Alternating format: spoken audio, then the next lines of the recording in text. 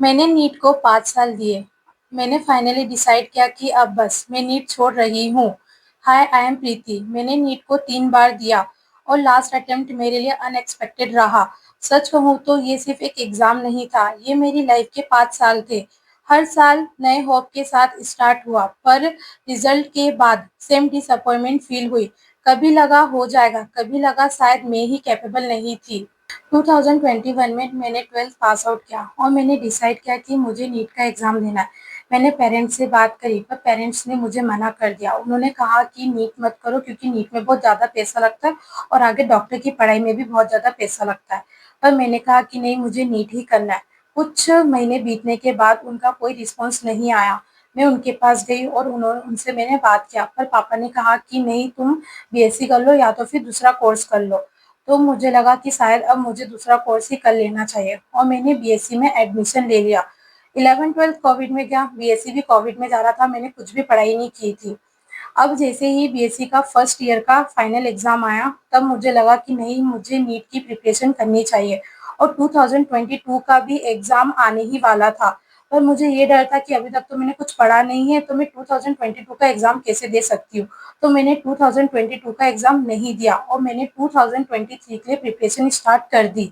मेरा 2023 का प्रिपरेशन अच्छा ही जा रहा था, पर मुझे कुछ ज़्यादा समझ में नहीं आ रहा था, क्योंकि सब कुछ मेरे लिए नया-नया था।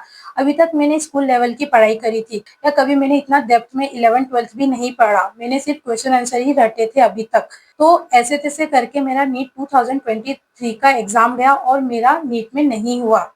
अब मैंने डिसाइड किया कि मेरे को बहुत कुछ आइडिया हो गया है कि नीट में कैसे पढ़ना रहता है, कितने क्वेश्चन सॉल्व करने रहते हैं, मॉक लगाने रहते हैं, मतलब कंसिस्टेंसी रहना पड़ता है नीट में। तो मैंने डिसाइड किया कि अब मैं नीट 2024 दूंगी और मैंने नीट 2024 की प्रिपरेशन भी स्टार्ट कर दी। सब कुछ अच्छा जा रहा था, पर एक टाइम पे ऐसा हुआ कि मैं टीचर्स को ना कंपैरिजन करने लगी कि ये वाले टीचर अच्छा पढ़ा रहे हैं, वो टीचर अच्छा पढ़ा रहे हैं, मैं कौन से टीचर से पढूं। मैं एक-एक चैप्टर 2-2 3-3 टीचर से पढ़ती थी और मुझे समझ में नहीं आ रहा कि मेरे लिए कौन से टीचर बेस्ट है। ऐसे करते-करते दिसंबर का मंथ आ गया और अब 6 महीने बचे थे। तो मैंने क्या किया कि मोस्ट इम्पोर्टेंट चैप्टर को पढ़ना स्टार्ट किया और वही पढ़ के मैं एग्ज़ाम देने गई। अगेन मेरा नीट का एग्ज़ाम क्लियर नहीं हुआ।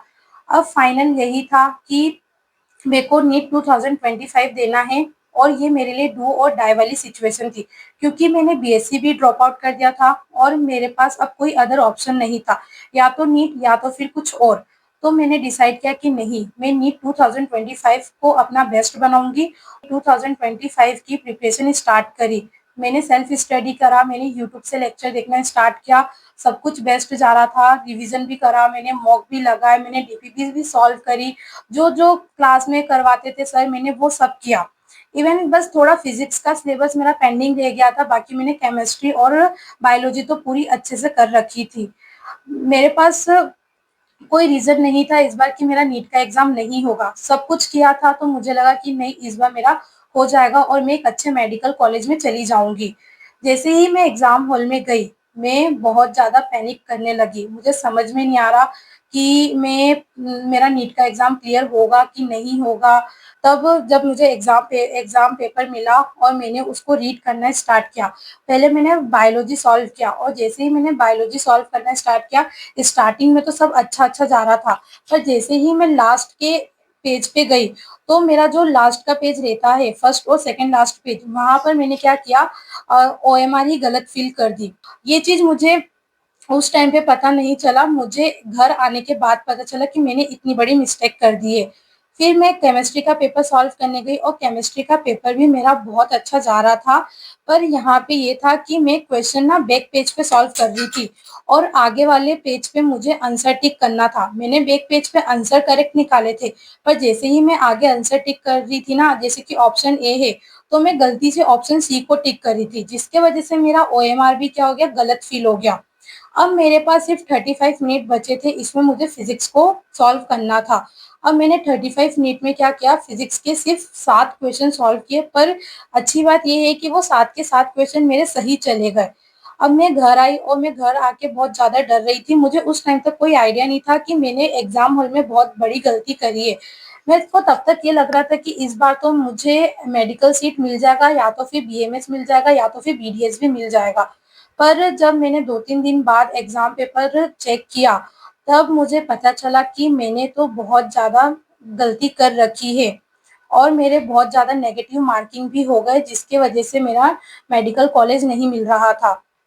ये गलती सिर्फ़ मेरे से नहीं होती, ये गलती बहुत सारे स्टूडेंट से होती है, जिनका जो ड्रॉपर्स होते हैं, जिनके ऊपर बहुत ज़्यादा प्रेशर होता है, वो यूजुअली ये गलती करते ही हैं और मुझे बहुत बुरा भी लगा कि मुझे ये गलती नहीं करनी थी। ये मेरा लास्ट अटेम्प्ट था। गलती इस वजह से नहीं हुई कि प्रेशर सिर्फ़ एग्ज़ाम का ही था, फैमिली एक्सपेक्टेशन, कंपैरिज़न और सबसे बड़ा खुद पर डाउट।